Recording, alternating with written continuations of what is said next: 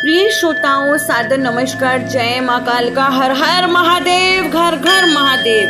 क्या आप जानते हैं कि शिव का लिंग रूप में पूजा करने से मनुष्य को खुद ही मुक्ति मिल जाती है? ऐसा शिव पुराण में कहा गया है। शिव क्रिया, शिव तप, शिव मंत्र जप, शिव ज्ञान और शिव ध्यान के लिए सदा उत्तरोत्तर अभ्यास बढ़ाना चाहिए।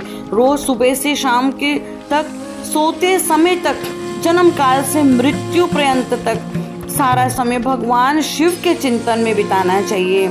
शिव को ही प्राप्त करना चाहिए। ऋषि जी बोले, सूत जी, उन्होंने शिव पुराण में कहा है कि लिंगों का वर्णन करते हुए कि सभी वस्तुओं को देने वाला लिंग है, हम लिंग है, उसे सूक्ष्म प्रणव रूप समझो। सूक्ष्म लिंग निष्कल होता है, स्थूल होता है। पंचाक्षर मंत्र ओम नमः शिवाय स्थूल लिंग कहा जाता है। इन दोनों के प्रकार के का पूजन ही तप कहलाता है। स्वयंभू यानी कि जो खुद से उत्पन्न हुआ है वो प्रथम स्वयंभू लिंग, दूसरा बिंदु लिंग, तीसरा प्रतिष्ठित लिंग, चौथा चर लिंग और पांचवा गुरु लिंग है। देव ऋषियों की तपस्या से संतुष्ट हो उनके समीप प्रकट होने के लिए पृथ्वी के अंतर्गत बीज रूप से व्याप्त हुए भगवान शिव वृक्षों के अंकुर की भांति भूमि को भेद कर नादलिंग के रूप में व्यक्त हो जाते हैं। वो स्वयं व्यक्त हुए शिव ही स्वयं प्रकट होने के कारण स्वयंभू नाम धारण करते हैं। ज्ञानी जन उन्हें स्वयंभू लिंग के रूप में भी जानते हैं। उसकी पूजा से उपासक का ज्ञान खुद ही बढ़ता चला जाता है। सोने चांदी आदि के पत्र पर, भूमि पर अथवा वेदी पर अपने हाथ से लिखा जो शुद्ध प्रणव मंत्र रूप लिंग है, उसमें तथा मंत्र लिंग का आलेखन करके भगवान शिव की प्रतिष्ठा और आवाहन करना चाहिए।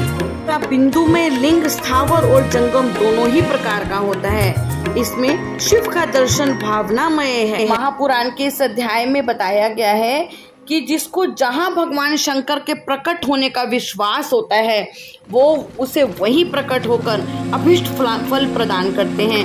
अपने हाथ से लिखे हुए यंत्र में अथवा अकृत्रिम स्थावर आदि में भगवान शिव का आवाहन करके 16 उपचारों से उनकी पूजा करें। ऐसा करने से साधक स्वयं ही ऐश्वर्य को प्राप्त कर लेता है।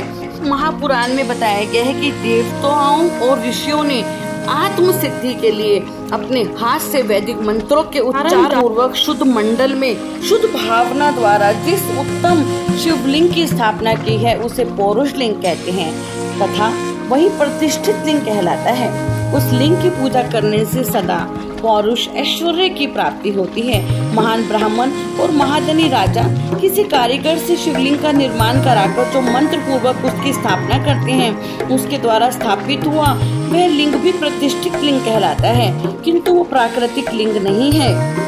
लिंग नाभि, जीवा, नासाग्र भाग और शिखा के क्रम से कटी, हृदय और मस्तक तीनों स्थानों में जो लिंग की भावना की गई है उसे आध्यात्मिक लिंग को चर लिंग कहते हैं। पर्वत को पौरुष लिंग बताया गया है और भूतल को विद्वान पुरुष प्राकृतिक लिंग मानते हैं। वृक्ष आदि को भी पौरुष लिंग जानना चाहिए और गुलम आदि को प्राकृत लिंग।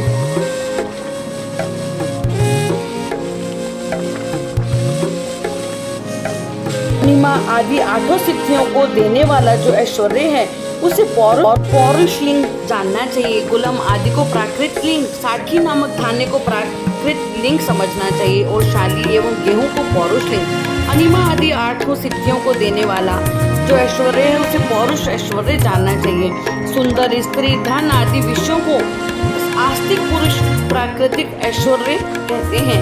चरलिंगों में सबसे प्रथम रसलिंग का ही वर्णन किया जाता है। सप्तिक लिंग लोगों को उनकी सभी कामनाओं प्रदान करने वाला होता है। क्यों खासकर साधवाओं के लिए पार्थिव लिंग की पूजा का विधान है।